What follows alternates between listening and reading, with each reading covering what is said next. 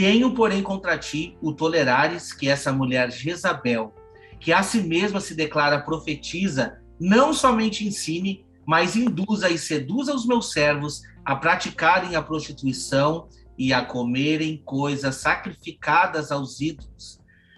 Dei-lhe tempo para que se arrependesse, e ela, todavia, não quer arrepender-se da sua prostituição. Vou segurar esses 2 versículos aqui para a gente detalhar quem era Jezabel. Irmão Ricardo, quem era Jezabel? Traz para nós aí. Então, Jezabel foi uma profetisa e foi mulher de Acabe. Ela atuou aí durante o profeta Elias. Então, muito importante nós termos aí esse contexto histórico, porque ele traz muita luz ao entendimento dos eventos vindouros. Nós temos aí a figura de Jezabel nos últimos dias, bem como a figura de Elias.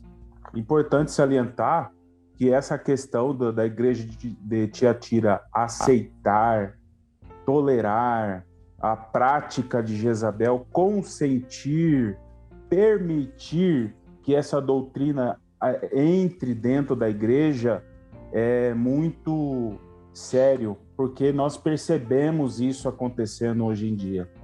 Muitas igrejas, muitos domésticos da fé consentindo, aceitando certas doutrinas, certas ideologias, entrando dentro de seus estabelecimentos e desvirtuando pensamentos de muitos, principalmente da geração Z, que é a geração do ano de 2000 para cá. Essa geração que vem sendo açoitada por muitos pensamentos ideológicos contrários aos preceitos bíblicos.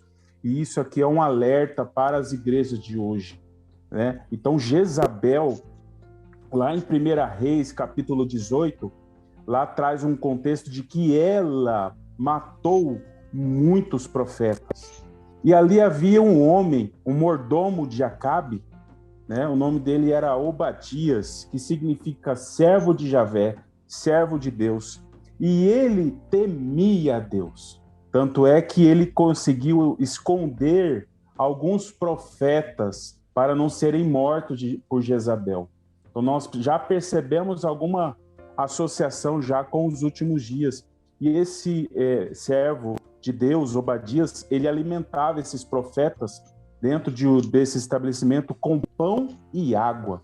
Ou seja, nós percebemos 2 elementos muito importantes, né? O pão, né, para alimentar juntamente com a água. E a gente vê elementos importantíssimos. Jesus sendo o pão vivo que desceu do céu, imprescindível para as nossas vidas. A água para a purificação de cada um de nós.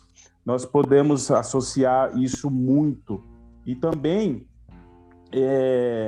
nós percebemos parte dos profetas sendo mortos e parte dos profetas permanecendo vivos.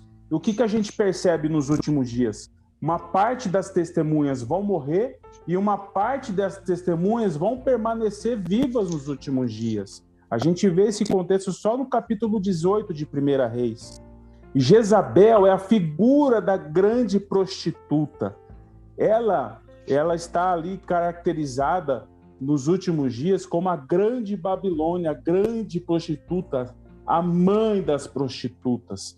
E assim como vai haver uma estruturação da noiva nos últimos dias, vai haver a figura da grande prostituta, da apostasia nos últimos dias.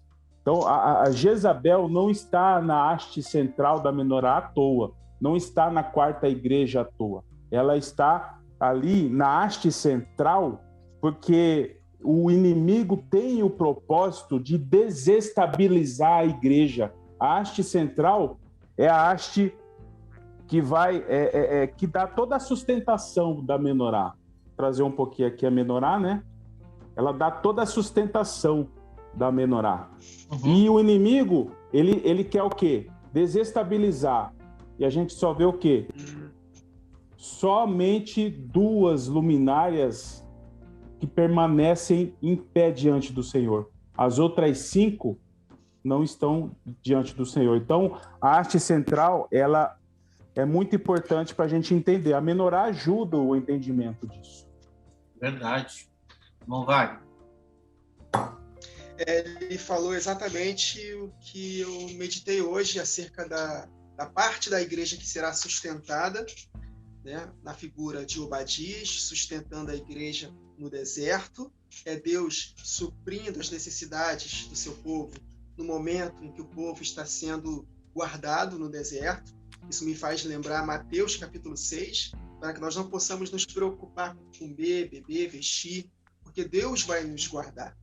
E se Deus veste a erva do campo, que é até mesmo superior a que a Salomão vestiu com toda a sua glória, ele nos vestirá até mesmo superior à erva do campo, porque a erva do campo é lançada no fogo logo depois de alguns dias.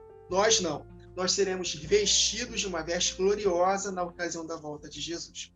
E a outra parte são os 7.000 que Deus conservou. E Elias achou que todos os profetas tinham sido mortos na ocasião da perseguição de Jezabel.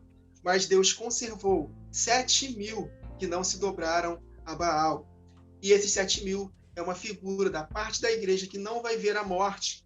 E depois, um pouco mais adiante, nós vemos o arrebatamento de Elias para não ver a morte. Então está tudo conectado, né? As profecias na palavra de Deus, se é que podemos dizer assim, elas são cíclicas.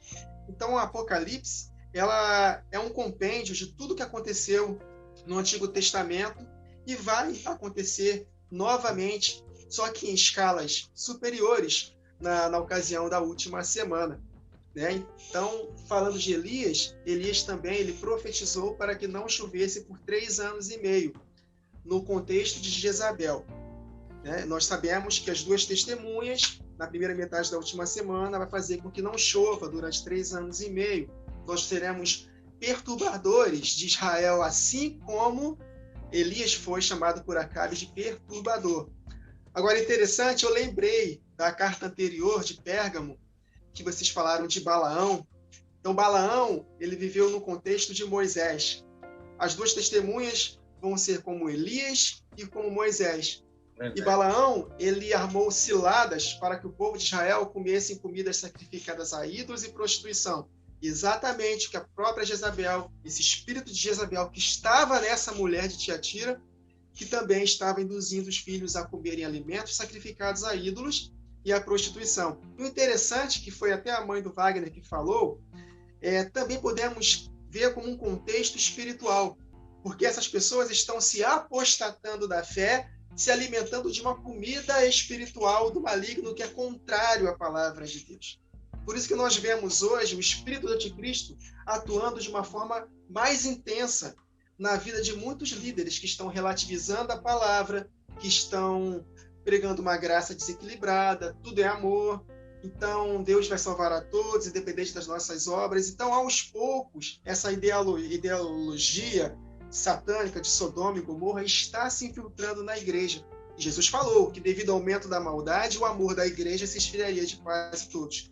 Por isso que nós temos que perseverar na comida espiritual, que é a palavra de Deus, meditando nela dia e noite, para que nós não possamos ser seduzidos por Jezabel, porque vai haver muita sedução. Jesus falou isso em Mateus 24, que muitos se levantarão e enganarão, farão tão grandes sinais que enganariam até mesmo os escolhidos. Então nós devemos tomar muito cuidado, pedir muito discernimento de espírito, se envolver com a palavra de todo o coração e permitir que o Espírito da verdade nos guie em toda a verdade, para que não sejamos seduzidos, porque Jesus falou, tendo como base os profetas, de que o amor da igreja vai se esfriar de quase todos. Essa é a apostasia. Então devemos tomar muito cuidado. E, para concluir, em 1 Reis 18, quando Elias desafiou os 450 profetas de Baal, também haviam mais 400 profetas que estavam comendo na mesa de Jezabel. Eu creio que esses profetas foram profetas que se desviaram e se alimentaram da comida de Jezabel. E é exatamente o que estava acontecendo em Tiatira, literalmente também naquela época. Essa mulher estava seduzindo muitos filhos para a apostasia, e Deus está dando tempo para arrependimento. Assim como depois que Elias fez aquela oração em que desceu fogo do céu, o povo de Israel ali se ajoelhou e se arrependeu, confessando que só o Senhor é Deus. Então, vai haver, através do ministério das duas testemunhas, tanto salvação. Agora, na segunda metade em diante, quando a marca da besta for instituída definitivamente, aí não haverá mais arrependimento. Será impossível a recondução ao arrependimento, conforme está escrito em Hebreus capítulo 6. Então, de fato, esse texto de Apocalipse 2, 19 a 22, mais ou menos, né, que nós lemos, é muito profundo, e Deus comparou essa mulher com Jezabel, fazendo uma alusão àquilo que aconteceu na época dos reis, que vai acontecer novamente no tempo do fim, e nós devemos estar muito atentos para que não sejamos seduzidos por esse espírito. Amém, amém. Trazendo até, eu anotei esse texto aí, irmão, trouxe ele aqui, de 1 Reis 18.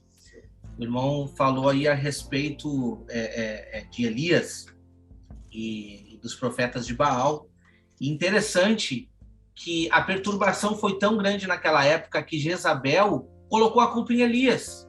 Vocês já viram isso? Olha só o que o texto diz. Eu vou ler a partir do versículo 13, porque é interessante. E é importante nós vermos o que aconteceu naquela época.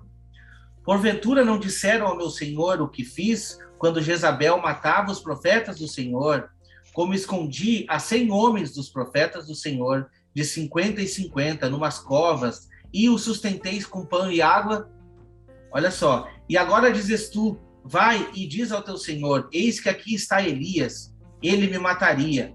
E disse Elias, vive o Senhor dos exércitos, perante cuja face estou, que deveras hoje me mostrarei a ele. Olha que interessante. Então foi Obadias encontrar-se com Acabe e lhe o anunciou, e foi Acabe encontrar-se com Elias. Olha o que aconteceu nessa conversa.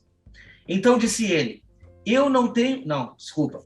E sucedeu que, vendo Acabe e Elias, disse Acabe, és tu o perturbador de Israel? Olha só, a pergunta era se Elias era o perturbador, e não Jezabel. Olha que interessante. Então disse ele, eu não tenho perturbado a Israel, mas tu e a casa de teu pai, porque deixaste os mandamentos do Senhor e seguiste a Balaíns. Então, a sequência dessa conversa, você já sabe. E Elias faz aquela maravilha de mandar reunir e construir aquele altar e mostrar a potência da força de Deus, mediante a tudo que ele fez lá, colocando até a água no altar. Queimou até a água, mostrando que o nosso Deus é o maior. O nosso Deus é o maior. Entende? Depois a gente vê os relatos ali do que aconteceu com Jezabel.